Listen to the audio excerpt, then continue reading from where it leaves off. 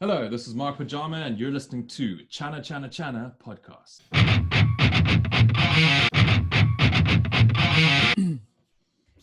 Hi everyone, welcome to another episode of my podcast. We have very special guest today, all the way from South Africa. We have Mark Pyjama Alunet of Pyjama Planet. Hi Mark. Hi, how's it going? I'm good. It's good. It's a very rainy day today. Yeah. What time is it there where you are? Now it's 5 p.m. Okay. Oh, we've got a beautiful sunny day. It's very, very different. Very Right. different. Right. So how you been, Mark? I've been good. I had a good, productive week writing some music, working on my farm, and looking after my dogs and my wife. How about you? How was your week? Yeah, so Philippines, we've been in a lockdown for like 7 months. So we've been working from home, and I survived because I have a huge record collection. So that's what I do most of the time. I listen to music. What's your number one album you go to normally? What's the first one you normally pick up on a Uh, good day? it depends because I really love lot of different artists, different genres. So today I picked up this one. I was playing this one earlier. Uh, Devin My Townsend. goodness. Yeah. So Yes. Cool. What a great album. this is Empath, the latest one. Yes. I love that album. It's such a good album. I've only Yeah, listened to yeah, it once. yeah. Actually, I hear that I sometimes feel like your the prelude music video. When I listen to it, I feel cert little bit of Devin Townsend there. Thank you. You're not the first person to say that. So, Right, I right. can't say that he isn't an inspiration, but I haven't listened to Devin Townsend's music a hell of a lot. So I maybe have pulled a little bit in terms of the theatrics and how he likes to tell stories, I guess. But Right, right. um, you know, definitely one of the artists that I always want to be able to listen to more of because I think there's something quite similar between me and him in the way that we I think about music writing in a way. So definitely want to check out, especially Empath again, because I've only listened to that once. So thanks for the reminder. Right. Because I went to his last year. I went to his solo show where he just performed with a guitar, just him and a guitar. Uh, it's actually didn't sound like a concert. It sounds more like a stand-up comedy show because he's very funny. I really. Yeah, he's Oh, I'd love to excellent. see. Oh man, I can imagine. He does seem like quite a quirky character. And I think that's why he's done so well as a solo artist because he is a personality himself, not just a guy in a band. Right, right, He got his own sort of thing in his own world about him. So that's why I think people sort of lock onto him. right. Makes a lot of sense. Yeah. So, Mark, you're the second South African artist that I'm interviewing because we I Cool. interviewed Truth Decay, the thrash metal band, last week. Uh, Yes, yes. and Yes. Have you enjoyed their new EP that's come out? yes, yes, I really because they I feel that it's very old school European thrash song because what they put out, Yes. the sound, it's very for me. It's like I'm listening to Creator or that sort of a vibe. I know exactly what you mean. I thought it was a very short, succinct, punchy EP. They knew what they wanted to do and they did it and they just absolutely went for it 100% and grabbed it by the ball. So I thoroughly enjoyed listening. I think it was only two tracks on Right, that EP, only right? two tracks. Yes. Yeah. And like I totally understand doing only two tracks, but man, I just wanted a little more. So I Right. hope they bring out some soon, because it wasn't enough. Yes, yes. So Mark, Yeah, can you tell me a little bit about where you live in South Africa and about that place sure, where you live? sure. At the moment, I live up the coast of South Africa. So I used to live in Cape Town, which was sort of in the south southwest of the country. Right. And I've moved further up the coast away from the city. And my wife and I own a piece of land, and we have started farming. We've started our own vegetables, and we hope to get some animals and chickens and goats and all of that sort of stuff. But we did this about a year and a half before lockdown. So we have been very blessed and very lucky in that we haven't been affected as much as people who have been living in a city. We still have a space for us to move around and our dogs to move around. We still have the ability to grow our own food here, Right. and to pump our own water out of the ground. And so very lucky in that regard. But for the most part, the area that I live in is on the sea, and it also has a lot of natural forests in the area. So it's very lush, very green, a lot of birds, and a lot of water. So the area is just vibrant green almost all year round. It's really quite beautiful. It really is. I feel very chuffed and lucky to be given the chance to move out of a city where it was maybe just a bit too busy for me. You know, I'm a sensitive, creative soul. I like to have a bit of peace and quiet. So Right. the city was maybe manic for my brain. So I definitely do better out here. But have you ever been anywhere near South Africa yourself? No, I haven't. I think the closest is Middle East, but I'm actually originally from Sri Lanka. So Sri Lanka is like, in between. Yeah, halfway. Oh, Okay. okay, yeah. But no cigar. I saw this post, the video that you posted, like you're cutting wood. It's very badass. I try to make I try hard to look like Captain America or Thor. So Right. no, it's all about the pose. You know, anybody can cut wood, but if you do it with the right technique and right pose, you can try and make yourself look like a superhero. Right. So that's the idea. And I also, you don't know that my friends had to film that 15 times before they got the shot of me cutting it right through the wood. So it looks easy, but it's not. But Mark, that's my life. That's my life out here. When I'm not writing music inside for myself or for clients and money, I'm outside working the land, cutting wood, selling wood, and growing food. It's really quite. I've enjoyed being able to get back to what I assume are some sort of basic ways of living as we would have as humans a long time ago, without all of the distractions and issues that technology does actually bring into the world. You know, we wouldn't be able to do what we are doing right now without technology. But sometimes, I wonder how much of my life I lost scrolling through Instagram. right. While I was living in a city, because there's nothing else. But if you've lived in a city for 30 years, what the else do you do? If you're living like 4 small walls, but you come out here, and if you're feeling agitated, you literally just walk outside and you can spend an hour cutting down an alien tree that's not supposed to be in your garden, and then you feel revitalized and rejuvenated again. Right. I always feel like the people say, like, they're wealthy or the wealth. I always feel that if you can grow your own food and you can have your own food, that's probably the most wealthiest can be, right? Because you're not relying on anybody. Then you're just relying on, then it's just on your self-worth and your self-wealth. And what can if you can spend a lot of your own time producing things that provide directly for you and your family, I mean, there's no better way of living, to me. At the moment, is what I'm finding. I'm just finding an amazing sense of peace in being able to just think differently. Being able to live in the countryside has really changed my perspective. Also musically, and on a creative level, I felt like whilst I was living in a city, my creative juices ran out. They dried up, completely dried up. And now, I walk into my room and all I want to do is to start creating and playing and making amazing sounds and just having fun.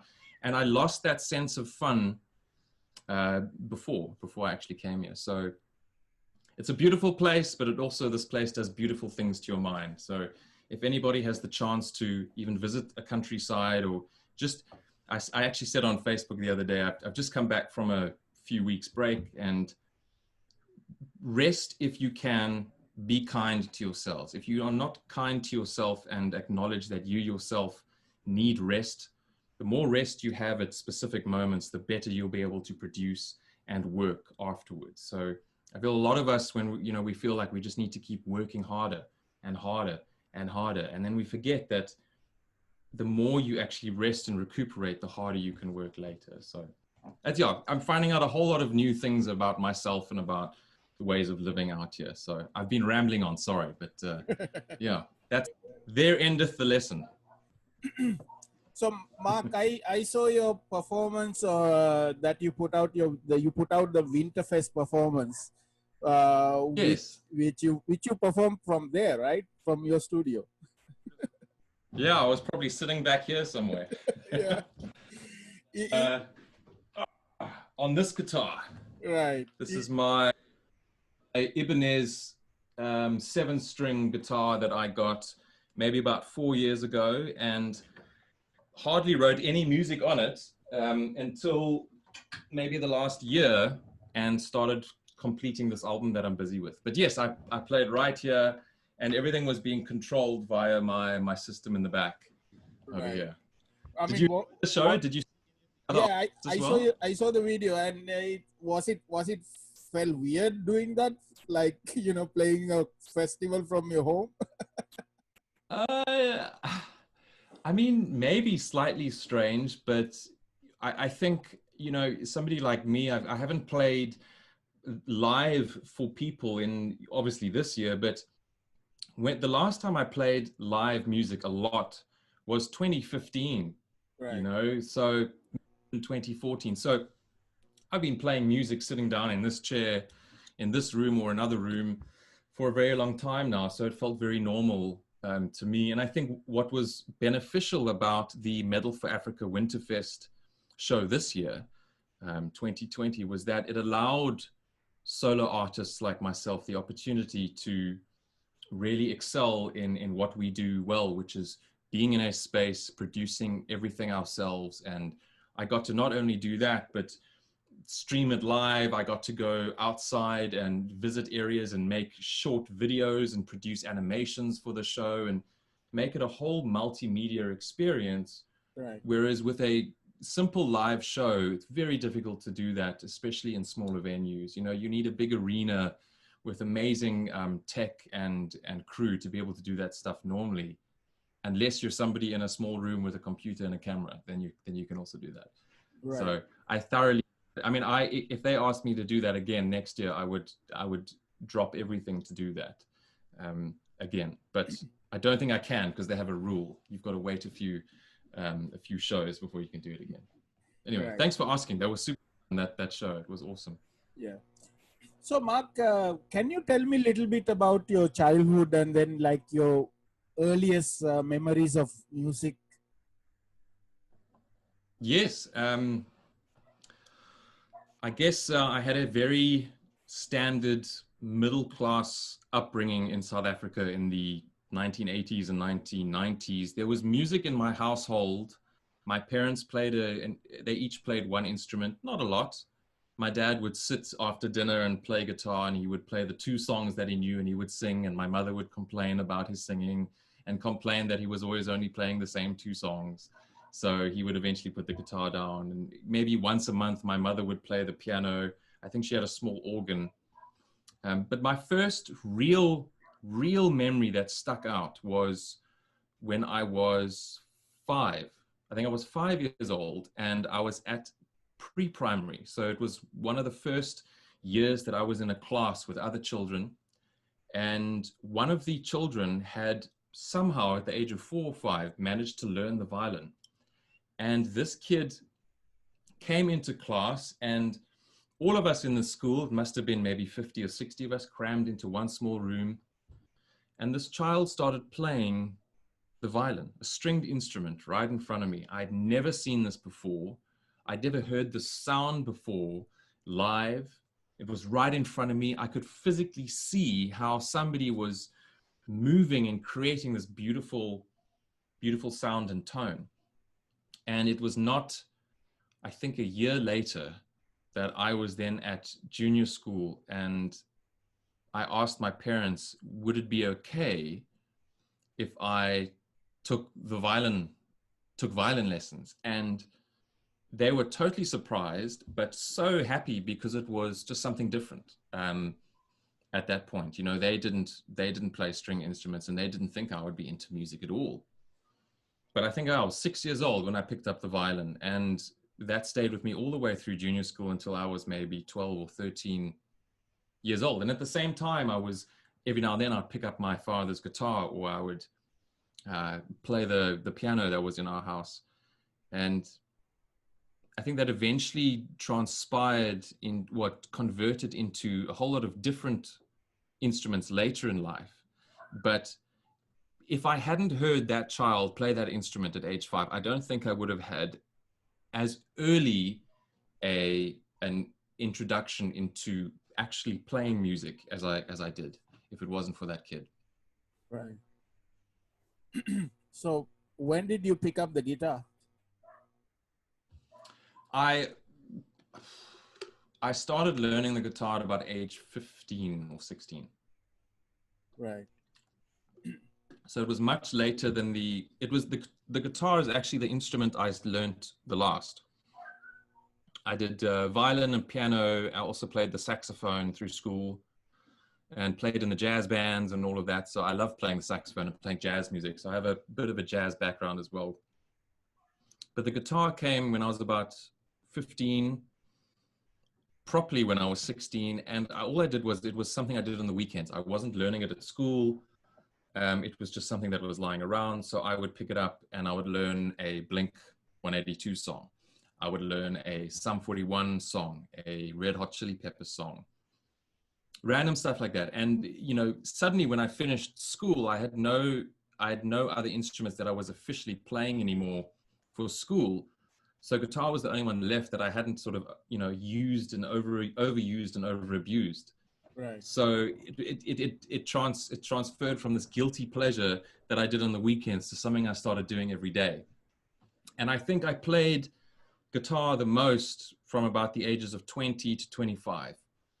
And since that, maybe the last 10 years, I have still played the guitar, but I haven't played it hard. You know, I haven't really grafted myself. I did a lot of my guitar technique comes from those early days when I really put a lot of time in. The last 10 years have been mainly learning to compose with everything else and learning how to produce music and produce, not, you know, anybody can write a riff, but you have to train your ear to learn how to make that guitar riff, for example, how to make that actually sound good in a production sense. So it's no good just recording a riff and there it's done, you know. So, you know, people think maybe it takes a long time to learn how to mix because of the controls and the programs. It's nothing about, you know, there's a small element of that, but mixing really is about training your ear. And production is training your ear, not to what you think sounds good, but what actually responds well in the human ear. What sort of frequencies work well in specific rooms and whatnot. Right. But yeah, so the last 10 years were more sort of production, and the earlier stuff was guitar. But this year I have really started getting back into guitar again and thoroughly enjoying it. I've not only relearned all the old techniques that I used to know, but I'm starting to learn how to express myself in other sort of ways. So I'm starting to do a lot more tapping, for example. You know, there used to be a lot, I never really used to do any tapping in my songs, or, you know, if you want to get particularly like sweep picking and all of that stuff, it was never a thing that I got down and started learning really properly. But now I'm starting to, you know, I've got to keep up with all the kids. Right. And all the kids can sweep, pick, and tap for days, and I can't. So I got to do that. I got to learn that quickly, so I stay relevant. Uh, Right. um, So, long-winded answer again. right. So while you were like focus on guitar, were you part of any bands or projects? I was part of two, but the one that lasted the longest was called All Guns Full Ammo, and it was a heavy rock with a slight bit of metal. And All Guns Full Ammo can be found on Bandcamp. Right. I think Bandcamp and YouTube. We played our last show in, I think, 2014. But man, it was fun. It was like, imagine like a heavier version of Sum 41, but maybe mixed with some Rage Against the Machine. Great. I'm happy to show you a picture of the band, but else, like, don't worry, I don't have to. I'll just need you to put on the screen sharing. Yeah, sure. But don't worry about it.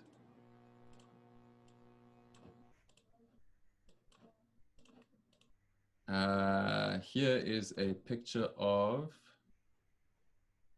Nope, it's not working. No, I can see it. Can you? Yeah.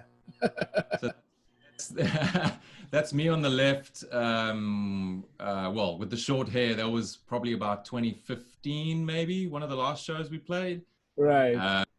I used to go to the gym a lot and wear Venice Beach muscle shirts and all of that. So quite fun. It was a good band. It was a good amount of fun. I really thoroughly enjoyed. Right. It. So Mark, how did this from a guitarist? How did you like move into like production, producing, mixing, and composing? How did that happen? So I've always been writing music at home anyway, normally on the guitar or on something else. If I would have a program at home with some loops, I always enjoyed creating. But what happened was, no disrespect, obviously, to anyone we worked with, but whenever we, as a band or me as a musician, whenever I had other people or entities produce music for me, it was never quite... I found it really difficult to explain, not the type of sound I want, but I get very intricate with the way that I mix and the way that I control small components of a sound and of a track. So, and I found that process was very difficult to explain. And often, even when I was working in film, before I became a composer, when it was time to do the official sound, the final sound mix of the documentary I was working on, I eventually would just push the audio engineer to the side, and I would literally just sit there with the mouse and do the work myself, because there was something very finicky and finite about the work that I do that I find difficult to explain. And as a result, I said, I might as well put in the time to learn how to produce my own music, whether it's rock, metal, orchestral, jazz, doesn't matter. That means that I won't have to rely on anybody. I don't want to take work away from anybody. But if I want to be able to produce the sound that I want to produce in whatever genre, I need to be able to know how to produce it myself. So why not? So I would say it's been a solid 5 years in which I've really put in the work into producing and mixing now. But it really came from a necessity of never being able to fully explain what it is that I was wanting to get out of an audio engineer or somebody who was producing music for me. So that's really the simplest answer. I was never happy with what was produced for me, so I might as well learn it myself. Right. That makes sense. So when did this persona, the Mark Pyjama, came up? Why Pyjama? I don't know. I mean, why not pajama? So is always the answer, I think. Pyjama Planet came first. Okay. And Pyjama Planet is a world. It's a small solar system that I created in my head. Well, Pyjama Planet is a planet in the small solar system that I created, and this planet consists of a variety of animals, insects, bugs, humanoid. So they're not really human. They're sort of half alien, half human looking.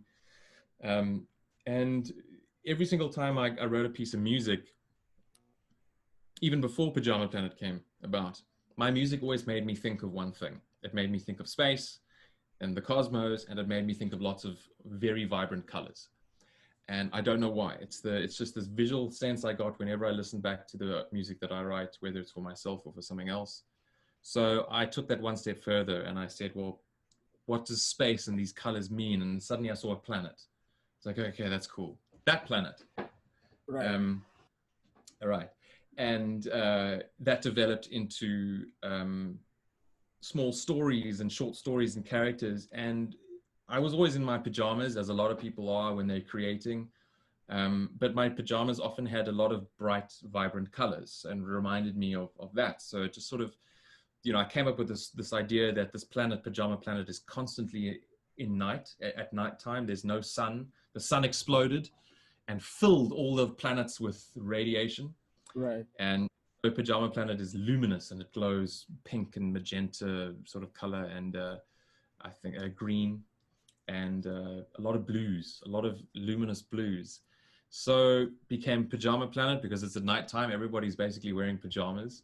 So, and then I think a few of my peers and my friends, I just became associated with the word pajama, and it just made sense that I don't actually I don't go by my name and my surname often.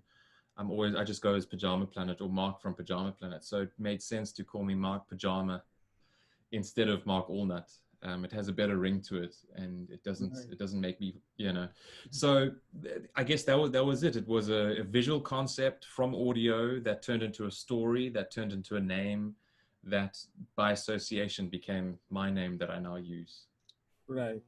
When I see the Pyjama Planet, it reminds me like a dragon fruit. Dragon fruit, dragon fruit. Everybody's open to interpret it in their own way. Right, but when I see that graphics, that what you were explaining, I'm seeing more of like, this is more like graphic novel material, right? That's the idea, yeah. Right. So I do intend to release next year. I'm planning to do a small art booklet, which is going to be a collection of the art that's been done so far and new works that I'm getting commissioned. And following that will be, I'm hoping next year, but you never know. There might be another pandemic, so who knows what's going to happen. I do intend to do a series of graphic novels, and the first one will hopefully be next year or the year after. But it's I'm totally a sci-fi nerd, and I love fantasy, and why not create my own fantasy world? It just makes right. It makes a whole lot of sense. So I don't have lyrics in my music. So my music has to it tells its own story with its sound, but much cooler if I attach some visuals to that and some pictures, animations, stories. Makes it a whole lot more interesting. Also just for me, because then I can actually really differentiate between the different songs and the different albums, because to me they mean something completely different.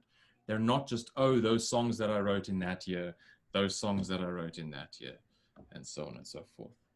Right. It's easier to mentalize. Yeah. I listened to your album from 2018, Max Stops, which I really like. One of the songs that I really like there is, you had it as a bonus track, I believe, Transit. You like the only one with vocals on it. No, I like other songs, but I think this one is my kind of favorite from that album. Have you ever, or do you play video games by any chance? Not much. Okay, so that song Transit is based off a video game that I was playing a lot when writing that album, which was Call of Duty Black Ops 1 or 2, and there's a zombie game. There's a zombie version of that game, and one of the levels is called Transit, and every time I was playing that level, I just wanted to hear some ghastly, thrashing, low-tune heavy metal with disgusting vocals. So what I did was I had some of my friends around. We were having a couple of beers, and whilst I started writing the song, they were there writing the lyrics, and the lyrics are about trying to survive in that game level. And also, that's the first time I had ever tried to do any metal vocals myself. Right. I sang I sang in a choir at school, so I can sing in key, but it doesn't sound very nice. It sounds like sort of a childish version of um, Michael Bolton or something, or like a I don't know. Um, it's not even a voice that I like to listen to. So I don't sing often. But what I do in my music is I sometimes put in background choirs, and sometimes that's made up of my own voice, very soft layers to provide ambience. But man, I had a lot of fun actually doing that song. So much so that I wanted to, on the upcoming album, I wanted to do another bonus track with vocals, but I don't have a song that's appropriate for that. So I filled all the new songs up with so much orchestra and lead guitar that there's no space for anything else. Um, but Right. yeah, what did you enjoy about that song in particular? Was it purely because there were vocals on it, or I mean, the song is very different to the rest of their album, obviously, but is Uh, that why it was made enjoyable? I don't know. It for me, it's when I was listening, I don't know. It felt good for me, that song. So I don't know exactly why. It's more raw. I think it has a lot more raw energy to it.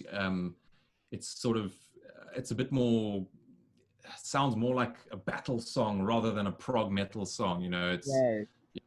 yeah, it makes you feel like you're running through a burning barn on a farm fighting zombies. Essentially, that's the idea. uh, Mark, so you also did the soundtracks for Save to Kill. That is that a video game or a movie? no, that's all of the soundtracks that I have done are all independent video games that I've written music for a lot of cartoons and video games and a whole lot of things. But if the soundtrack has anything to do with heavy metal, I make sure that I package it in a way so that I put it online with the rest of my Pyjama Planet music. But it just so happens that the last 3 years I've done more metal soundtracks than my own music. So Right. that's like the only up there. I have one album of my own, Max Chops, and the rest are albums or EPs from games. So Safe to Kill was made by a man in America, and it's a top-down shooter video game where you are essentially Dracula, Mm. and you have woken from your slumber because Earth is being attacked by aliens, and aliens are killing all the humans, and the humans are your food source. So screw those aliens. So you as Dracula wake up and have to defeat the aliens to protect your food source. So you're saving the humans to kill them later. Is the game. and then the next one was Way of the Sinner. Right. Way of the Sinner was a two-dimensional samurai fighter game, of which I only ever saw and played the demo. It was never fully released as far as I know. The guy who's making that lives in Europe, and I want to say he lives in Italy. I think he's Italian. I Mm. forget. It's been 2 years now, and amazing looking game, amazing concept. All of the characters are actually in silhouette, so they're in silhouette fighting each other against these beautiful backdrops. And that game was never released as far as I know. And all he said to me was, can you write me some Japanese styled heavy metal? Doesn't matter really what it is. I just want some music to put into the demo for now. And I said, great, no problem. And I did that one for free. Safe to Kill I did for money. Way of the Sinner I did for free. And I had more songs from that game, but those ones on that EP were the ones that were appropriate to package and to put online. Right. And, and then there is actually one other as well called Prawn VR, which is a 2-track EP, and that was also Japanese styled heavy metal. So I don't know why all these video game developers always want me to write Japanese styled heavy metal. I'm not remotely Japanese at all. You Right. know, I have very little idea of how Japanese music works. I just sort of listen to a lot of soundtracks and then sort of replicate the sort of modes that you hear and the themes, and but I'm clearly not Japanese, but I don't know why that happens. So So you have also done music for like Cartoon Network as well, right? I've done one piece of music for Cartoon Network. I would love it to be more, of course, but the first job was a short animation. It was produced here in Africa, and I was very lucky to be given the chance to write the soundtrack for that short animation. So it was the cartoon's not even online. It was broadcast on Cartoon Network, and they haven't put it on their YouTube channel yet, which is disappointing because it's such fun. It's about a band of animals and aliens that travel through space, delivering ice cream to galactic entities, which is very, very strange. So anyway, again, a lot of fun. There wasn't an ounce of heavy metal in there. That was sort of more beat related, sort of mild, sort of street or hip hop references, but also, it has, done in a sort of a childlike way so that it's appealing to a young audience. So yeah, I would love to do more work like that. That's really where I want to be. I want to be writing music for TV all the time and sort of producing my own music on the weekends. But at the moment, I'm sort of producing more of my own music during the week because it just happens to be more fun at this moment. Right. Yeah. So earlier you mentioned like the superheroes, and I also saw your post of you watched the Blade trilogy few weeks back. Yeah. Do you remember those movies? Yeah, that's actually because that's I think Blade was they didn't even classify it as a superhero movie, right? It's like it was a great series, right? I think it's essentially a vampire movie series. Right. I think, Although Blade is a Marvel character, right? yeah, but I don't know why he doesn't come across as a superhero. Well, they don't pitch him as such, even though he is. He's Right. like half human, half vampire. He's got superpowers, but I think maybe because he's like half vampire, they don't want to actually make him a superhero because that's maybe a bit weird for them. But I hadn't seen those movies in like 10 years, 15 years. It was insane. And the first movie is timeless. Maybe the CGI didn't hold up, but the first movie is still so damn good. So Right. damn good. It was like I was watching it like 10, 15 years ago. Super awesome. Super awesome. Yeah. Mark, if you were given a chance to do a movie like a movie soundtrack, like any old movie that whatever movie, that favorite movie, what would be your movie that you want to do the soundtrack? Any movie that exists already? Yes. Oh, I think I would love to do something like I would say like a Deadpool. Right. Very synthesizer driven and has sort of 80s elements, and it's heavy driving music, but it's fun. It's really fun. It's like the movie as well. The movie is gruesome, it's brutal, but it's really good and it's fun. And that's there's some projects I do when the music is, not all music is enjoyable to write. The process of writing music overall is enjoyable, but sometimes the genre you don't really like as much. So, but that movie, actually, I'm a big fan of the composer of that movie, he goes by Junkie XL. His name's Tom Holkenborg. Right. Tom Holkenborg. He's from the Netherlands, and he's Junkie XL. He used to be a DJ in the 90s. I think he did that remix of an Elvis song, Little Less Conversation. I don't know if you remember that song. Little Less Conversation. Right. I remember the remix. Yes. He did that, and so he's an insane composer because he uses a lot of sound design, sound effects, and synthesizers along with his orchestral scores. It's a great combination. And I would love to be able to do that, but I think my ideal for a movie that doesn't exist would be one where I can literally write big epic fantasy music that has guitars in it. I think that would be the ideal job. but I don't know what exists. I don't know what movie exists like that. It would have to be um, like a Lord of the Rings, but you know, set in like 2200. Right. Frodo is now a anyway. Cool, So cool going to question. your yeah, but so going to your latest song that you put out, Prelude, which I really really like. I listened to it so many times already. So can you tell me how that song came to be, and you know what's the story behind that song? Very interesting song because I wrote the music before it became a story, which is often what happens with me. Um, I use my own music to inspire me to write stories. So often when I'm coming up with an idea for an album, I don't often have the idea for the album before I actually start writing the music. I kind of work backwards that way. But that song's very funny because the introduction to that song, which is a piano piece, an orchestra, that was originally written as a piece of music for a corporate commercial. Right. And it was that, and that piece of music was rejected by the client. So I altered it a little bit, but essentially said to myself, I wonder if I can take a rejected piece of music from a client and turn it into a heavy metal song.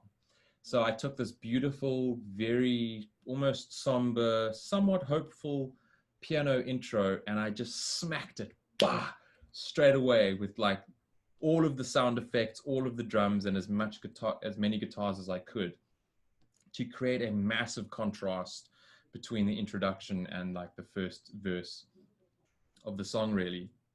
But the song turned out to be an exploration in that it was the first song that I wrote for this album, but I first wrote it in 2017 actually as a demo, and I would say only half the original song exists in the current version, in the final version.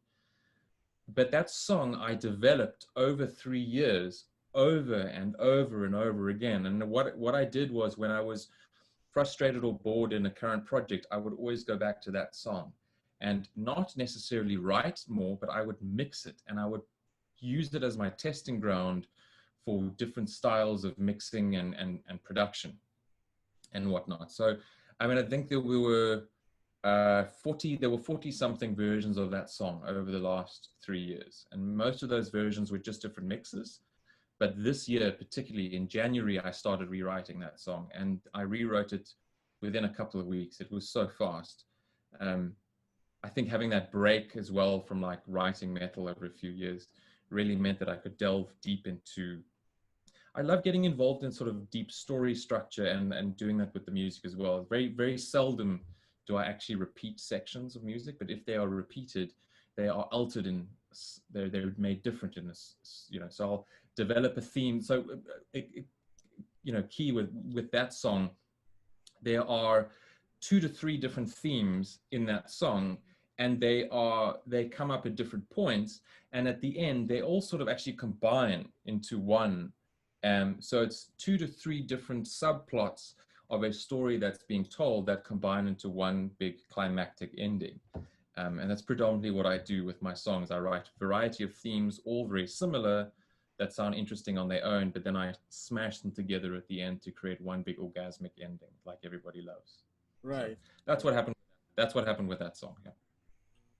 So that song, who's part of that song? I mean, who contributed with music?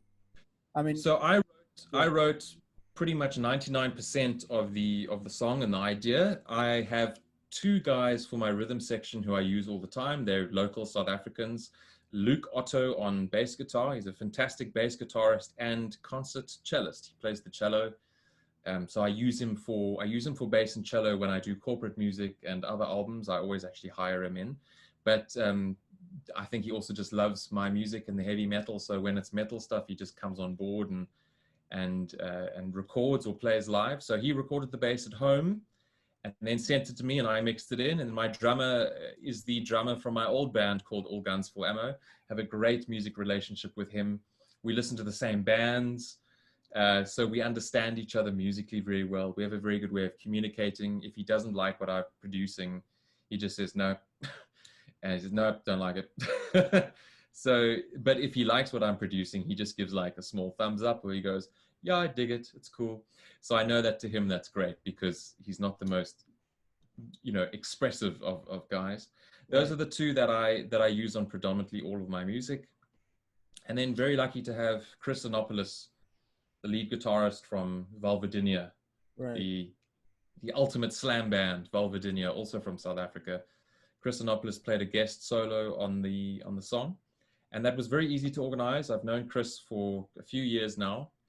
I helped him start his YouTube channel. When I used to be in film, I would go to his house and film some of his videos, and he would put them on YouTube and try and get subscribers and whatnot. And we just, I think, had a nice connection there, and he enjoys my music. So I said, Chris, I have written a piece of music that is literally tailored for you. I mean, the section that he played on, I wrote specifically for him to play on.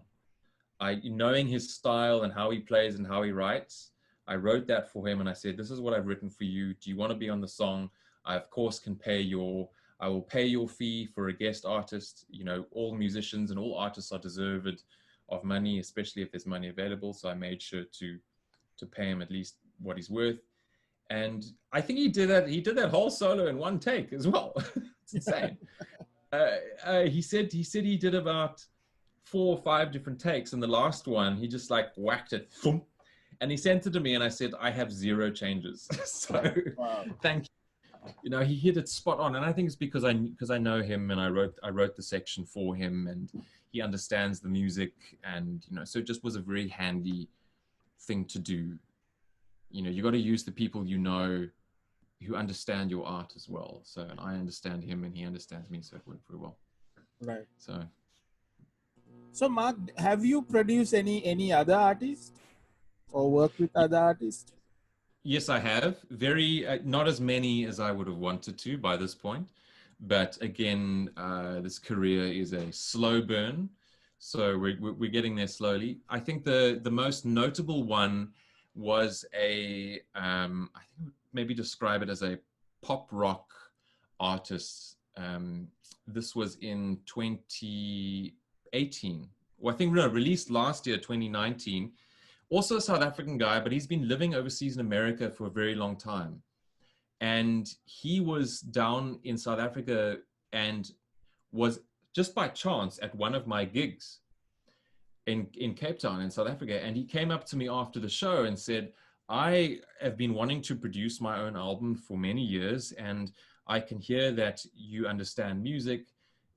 My genre, and he said, our genres are not the same, but he likes what he hears. Would I be interested in chatting to him about producing his album? And yeah, we had a few beers and got a little bit toasty and chatted. And I was like, oh, I'm never going to hear from this guy again. But literally a few months later, he messaged and said, I'll be down in 6 months. I still want to do the album. Here's the money. And he just threw like a massive pile of money at me and said, let's do it. So I went and I started immediately hiring all the right places for drums. I started getting all the musicians lined up. I started getting his demos. And I really had such a great time because he gave me the basic form and basic ideas of his songs and said, there is my idea, make it great. So I took his songs and dissected them and jumbled things around and started producing them from the ground up. He sang, I played acoustic guitar, and I wrote some orchestra and strings, and then I had my usual bassist. I had a different drummer. One of the drummers who was on the Max Chops album is a very, very well educated drummer who played on that album. But we spent about 6 weeks producing this pop rock album and had the time of my life because I could take a basic idea for somebody else, turn it into something which I thought was commercially sounded great, and released it on Spotify and YouTube and whatnot, and it has done great. So I think that's the most notable thing I've done, which I'd love to do more of because, man, it's just so cool. But that album is called Gypsy in My Heels. Right. You can find it. Check it out on Spotify. I'll send you a link. Really fun.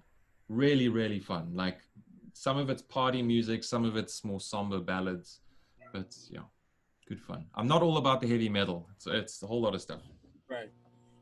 So Mark, as part of Pyjama Planet Studios, you also develop plugins, right? You actually offer plugins through your website.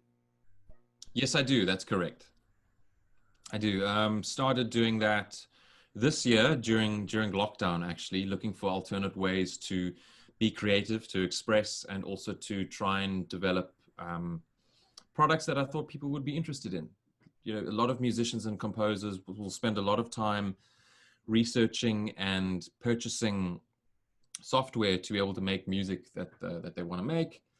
And I started developing my own plugins probably 2 years ago because I didn't have a lot of money to buy a whole lot of packages and software stuff. So I just started producing my own sounds and actually turning those into plugins. And it just so happens that people like those. So I put them online. A lot of them are free. Some of them you have to buy. I mean, we're talking like $9. You know, it's not going to be a bank breaker. Right. So it's sort of very, very minimal payment sort of products, but purely because I love producing sound and I've had so much fun using these sounds that I've made. I wanted other people to experience it. So I put those online and I've had thousands of people, thousands, I think 2,000, 2,000 to 2,500 people have downloaded my free plugins so far. A small amount of those people have actually bought the other plugins, but that's not the point. Right. The point is that I get my products out there and people enjoy using them and enjoy creating different music. And a lot of them are you actually use by playing on your keyboard. So they're digital products that you buy, download, load into your software, and then use your MIDI keyboard to play the instrument that I've created. So yeah, I've got some wonderful plans for next year where we're going to be building. I've got about 4 insane products lined up, which, you know, I'm trying to take that part of the company just to a slight next level, and every year just increase and progress a little bit and see what happens. Yeah, but I definitely like to have my fingers in all of the pies because I get bored. I get bored of eating. I get bored of eating one pie. Let's eat multiple pies. Right. So you have your prelude. Okay, so prelude track is already in Spotify. So when is the full album going to come out? We actually have we're going to release another single before we release the full album. The next single is coming out in January, in the middle of January, and it also will have a full music video, another music video with it. This is going to be a full performance video with everyone in the same room, in the same studio. Super fun. And then a month later, in the middle of February, the full album will be released. I'm still finalizing the album. That's why it's not yet ready. I'm battling to decide on 2 tracks on whether they are good enough to stay on the album or not. And I don't want to release music that's mediocre. You know, if I get bored listening to my own music, then other people are definitely going to get bored. So it also takes me a long time to produce music sometimes because I sort of really get deep into every section, just making if I lose interest after 2 seconds, I like take that section out. It's cut and gone. Sometimes, like the prelude is a 6.5-minute song, but it started out as about a 12-minute song. It was massive, and it was this huge exploration that I had to refine over a very long time. Right. Just to make sure that it was just right. It's still a very long song, but still now when I listen to it, I don't get bored.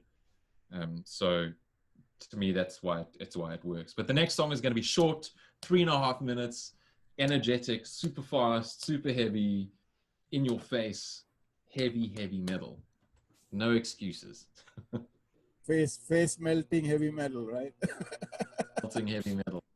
Yeah, and pants melting, pajama pants melting. So, Mark, what's your message to the viewers and people who support your music, people who listen to your music? To the 7 people who usually listen to my Spotify every month, thank you. I really appreciate the support. And if anybody would like to hear Pyjama Planet's music on Spotify, we would be even more grateful. We feel we have some wonderful sonic stories to tell, and our music is good to drive to. It's good to exercise to. It's good to cook food to, and it's good to walk your dogs to. All of the above. So, you know, for the viewers of your show, thank you for allowing me into this space and to express myself and talk about what I love, which is music and sound and creation. Without creation, we are stagnant. Without creation, we are boring, and without creation, we are not human. So let's all keep creating, whether it's yourself or, you know, helping creators create. That's what the world needs to keep striving forward. What would we do without Netflix in the evening, or without, you know, radio stations? People nowadays would be bored. So let's support the creators, because they keep us from going insane. Right. Right. Yeah. Yeah. As I said, I think I survived the lockdown, because here we've been in lockdown for like 7 months. So it's long. mainly because of music, mainly music and talking to the artists through this podcast thing. So that's how I really keep my mind, you know, having a peace of mind. Yeah, I can imagine. And if it weren't for people like you, I wouldn't have somebody to speak to also. It would just be me talking to my wife. And that gets a bit tiresome after 3 days. So Anybody you want to shout out to? I always have to shout out to my father. My dad is the #1 supporter of my career, both mentally, both sometimes financially. And he's the #1 person who has my back and believes in what I do. And without my dad and my dad's keenness for me to learn music and to keep going, I wouldn't still be here doing this. Thank you, Dad. And currently to my awesome PR guy, Devo. Devo is a wonderful chap who has helped the Pyjama Planet name enter the ether and the universe. And I'm thoroughly looking forward to what he and I are going to be doing over the next year, especially next year.